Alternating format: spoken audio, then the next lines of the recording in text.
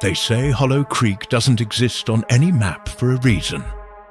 Nestled deep within a forgotten forest in the northern region, it was a place spoken of in fragments and half-whispers, an old village that people either laughed off as myth or refused to speak of at all.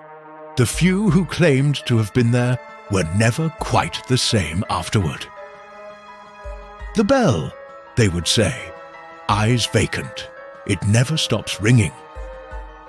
Lena Moore, a young journalist known for chasing strange stories, was fascinated.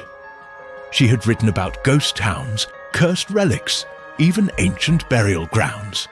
But this was different. Something about Hollow Creek called to her, like a voice from beneath still water. Despite warnings from an old bartender in a foggy roadside pub, his hand trembling as he whispered, "People go in, but the village never lets them go." Lena drove toward the last known coordinates.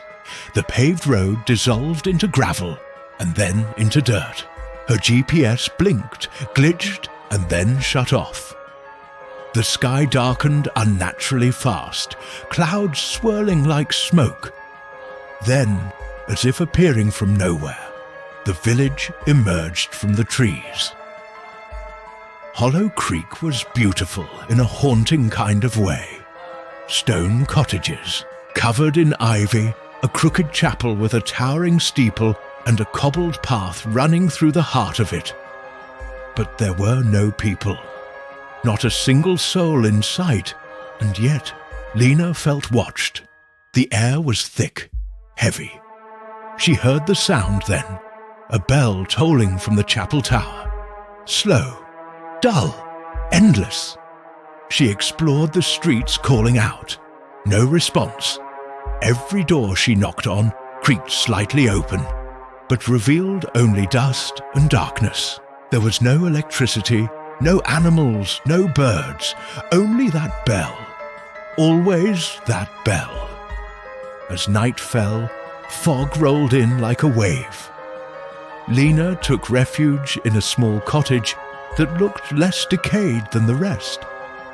She lit a fire with matches from her bag and tried to rest.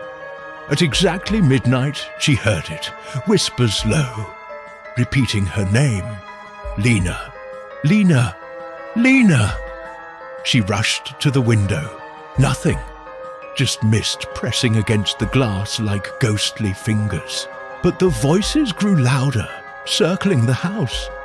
Terrified, she grabbed her flashlight and ran toward the chapel, the only structure that seemed alive in this dead village. The door was ajar. Inside, the pews were full. Dozens of villagers stood, motionless, pale and silent, eyes milky white. Their mouths moved in unison, whispering her name over and over. The bell rang louder, now inside her head. She stumbled backward, then froze.